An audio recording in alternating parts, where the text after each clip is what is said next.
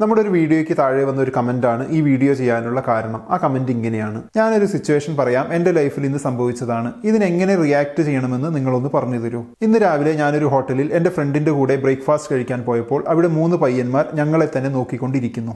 ഹോട്ടലിൽ നല്ല തിരക്കുണ്ടായിരുന്നതുകൊണ്ട് അവരുടെ ഡയഗണൽ ആയിട്ടുള്ള സീറ്റാണ് ഞങ്ങൾക്ക് കിട്ടിയത്. ഞങ്ങൾ അവിടെ ഇരുന്നപ്പോൾ അവർ മൊത്തത്തിൽ തിരിഞ്ഞ് ഞങ്ങളെ തന്നെ നോക്കിക്കൊണ്ടിരുന്നു. അത് ഭയങ്കര ഇറിറ്റേറ്റിംഗ് ആയാണ് എനിക്ക് തോന്നിയത്. പക്ഷെ എന്റെ ഫ്രണ്ട് അത് മൈൻഡ് ആക്കണ്ട എന്ന് പറഞ്ഞു. ഞങ്ങൾ അവിടുന്ന് പോകുന്നത് വരെ അവർ ഞങ്ങളുടെ പുറകെ തന്നെ ഉണ്ടായിരുന്നു. അവർ ഞങ്ങളെ പിന്നെയും പിന്തുടരുമെന്ന് ഞാൻ പേടിച്ചു. കാരണം ഞങ്ങൾ കാർ സ്റ്റാർട്ട് ചെയ്തപ്പോൾ തന്നെ അവരും കാർ സ്റ്റാർട്ട് ചെയ്തു. ഇവർ ഈ കാണിക്കുന്ന കാര്യങ്ങൾ ആ ഹോട്ടലിലെ എല്ലാവരും കണ്ടിരുന്നു. പക്ഷെ ആരും ഒന്നും തന്നെ പ്രതികരിച്ചില്ല.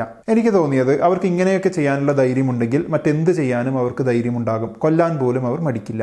ഇങ്ങനെയുള്ള സാഹചര്യങ്ങളിൽ ഞങ്ങൾ എന്താണ് ചെയ്യേണ്ടത്? നിങ്ങളിൽ നിന്നറിയാൻ ആഗ്രഹമുണ്ട്. പൊതുസ്ഥലങ്ങളിൽ സ്ത്രീകൾക്ക് നേരെയുള്ള തുറിച്ചുനോട്ടം, കമന്റടി, കയറിപ്പിടിക്കൽ, അശ്ലീല ആംഗ്യങ്ങൾ അല്ലെങ്കിൽ ചേഷ്ടകൾ കാണിക്കൽ, പിന്തുടർന്ന് പേടിപ്പിക്കൽ തുടങ്ങിയ ഒരു കൂട്ടം പ്രവൃത്തികൾക്ക് നമ്മൾ കൊടുത്ത ഓമനപ്പേരാണ് ഈവ് ടീസിംഗ്. ഈവ് ടീസിംഗ് യഥാർത്ഥത്തിൽ സ്ത്രീകൾക്ക് നേരെയുള്ള സെക്ഷൽ അസോൾട്ടോ ഹരാസ്മെന്റോ ആണ്. സൗത്ത് ഏഷ്യയിൽ, പ്രത്യേകിച്ച് ഇന്ത്യ, പാകിസ്ഥാൻ, ബംഗ്ലാദേശ് എന്നിവിടങ്ങളിലൊക്കെ ഇത് വളരെ കൂടുതലാണ്. തുറിച്ചുനോട്ടവും കമന്റടിയും പുറകെ നടന്ന് പീഡിപ്പിക്കലും ഏറ്റവും അധികം നോർമലൈസ് ചെയ്യപ്പെട്ടൊരു നാടാണ് ഇന്ത്യ. എന്തുകൊണ്ട് ചിലയിടങ്ങളിൽ ഇത്തരം ഹരാസ്മെന്റ് വളരെയധികം നോർമലൈസ് ചെയ്യപ്പെടുന്നു? എന്താണ് അതിന്റെ കാരണം? എന്തുകൊണ്ട് എല്ലാ രാജ്യങ്ങളിലും ഇത് ഒരുപോലെ കാണപ്പെടുന്നില്ല? ഈവ് ടീസിംഗ് വ്യക്തികളിലും സമൂഹത്തിലും ഉണ്ടാക്കുന്ന ഇമ്പാക്റ്റ് എന്തൊക്കെയാണ്?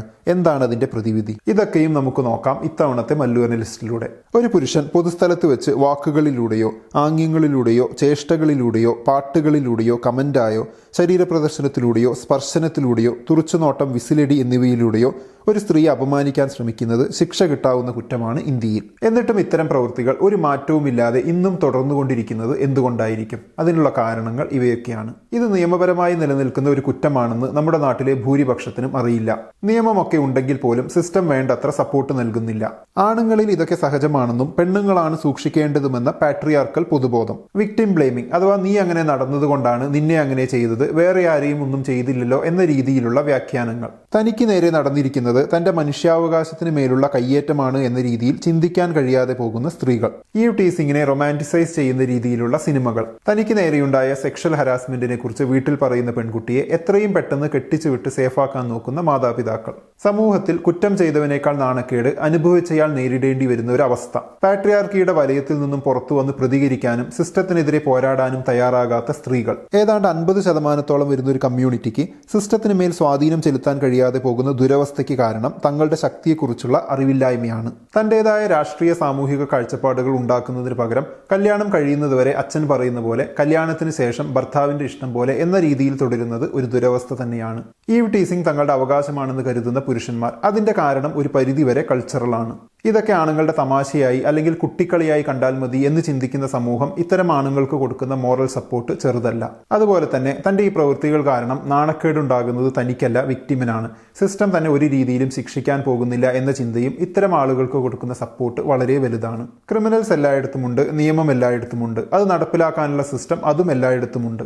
എന്നിട്ടും ചിലയിടങ്ങളിൽ മാത്രം സ്ത്രീകൾക്ക് റെസ്ട്രിക്ഷൻസ് ഉണ്ടാകുന്നതും ആള് കൂടുന്നിടത്തെല്ലാം ഉപദ്രവിക്കപ്പെടുന്നതും എന്തുകൊണ്ടായിരിക്കും? ഉദാഹരണത്തിന്, നമ്മുടെ നാട്ടിലെ ലേഡീസ് ഹോസ്റ്റലുകൾ ജയിലിനേക്കാൾ കഷ്ടത്തിൽ മതിലുകളാൽ മറയ്ക്കപ്പെടുന്നതും, നമ്മുടെ നാട്ടിൽ എന്ത് ആഘോഷം വരുമ്പോഴും ആണുങ്ങളെയും പെണ്ണുങ്ങളെയും വേറെ വേറെ ഭാഗത്താക്കുന്നതും, നമ്മുടെ നാട്ടിലെ ഫുട്പാത്തിലൂടെ നടക്കുമ്പോൾ സ്ത്രീകൾക്ക് ആണുങ്ങളെ പേടിക്കേണ്ടി വരുന്നതും എന്തുകൊണ്ടാണ്? ഓവർബ്രിഡ്ജിന് മേൽ കയറി നിന്ന് താഴെക്കൂടി പോകുന്ന വാഹനങ്ങളുടെ മുകളിലേക്ക് ബിയർ ബോട്ടിൽ പൊട്ടിച്ചെറിയുന്ന ഡ്രഗ് അഡിക്റ്റുകളായ ആന്റി സോഷ്യലായ ആളുകളുള്ള രാജ്യങ്ങളിൽ പോലും സ്ത്രീകൾ തന്റെ ശരീരത്തെക്കുറിച്ച് ബോധേഡാകാതെ ആൾക്കൂട്ടത്തിലൂടെ നടക്കുന്നതും ആഘോഷങ്ങളിൽ ആണുങ്ങളുടെ ഇടയിൽ നിന്ന് ഡാൻസ് കളിക്കുന്നതും ഞാൻ കണ്ടിട്ടുണ്ട്. എനിക്ക് മനസ്സിലായത്, സിസ്റ്റം വീക്കായ, പാട്രിയാർക്കലായ, പീഡനത്തിന് കൾച്ചറൽ സപ്പോർട്ട് നൽകുന്ന ഒരു രാജ്യത്ത് സ്ത്രീകൾക്ക് നേരെ ഏറ്റവും മോശമായി പെരുമാറുന്ന ക്രിമിനൽസ് മറ്റാണുങ്ങൾക്ക് അതിൽ താഴെയുള്ള കുറ്റകൃത്യങ്ങളൊക്കെ സാധാരണമായി കണ്ടു ചെയ്യാനുള്ള ഒരു ലൈസൻസ് നൽകുന്നുണ്ട് എന്നാണ്.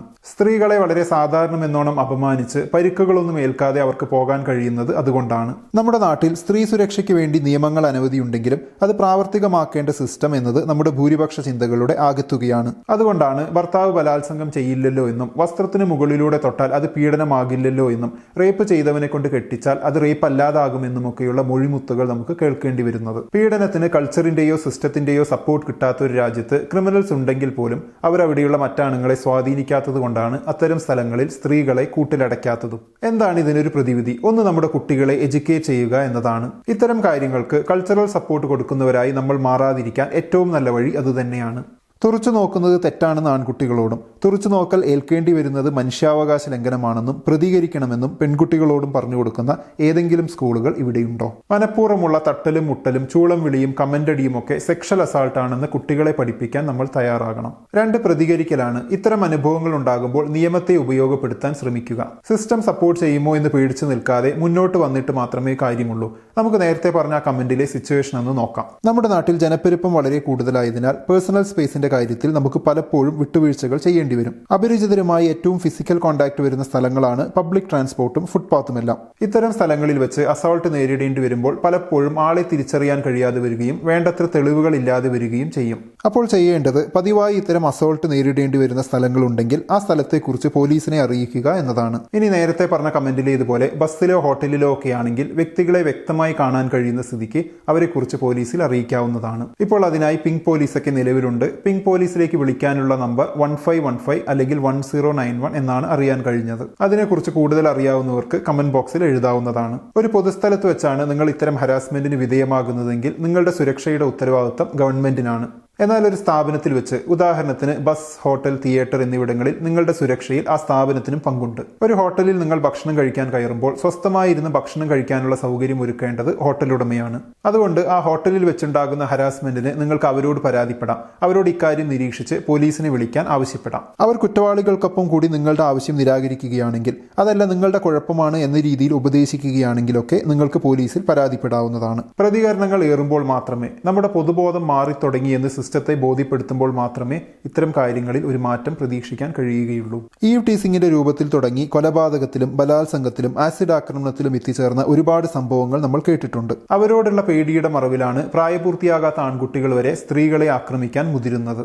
ആ കമന്റിൽ പെൺകുട്ടി പറയുന്നത് അവർ ഞങ്ങളെക്കാൾ എത്രയോ ശക്തിയുള്ളവരാണ് എന്നാണ്. നേരിട്ട് കായിക ബലം പരീക്ഷിച്ച് വിജയിയെ തീരുമാനിക്കുന്ന ഒരു കാലഘട്ടത്തിലല്ല നമ്മൾ ജീവിക്കുന്നത്.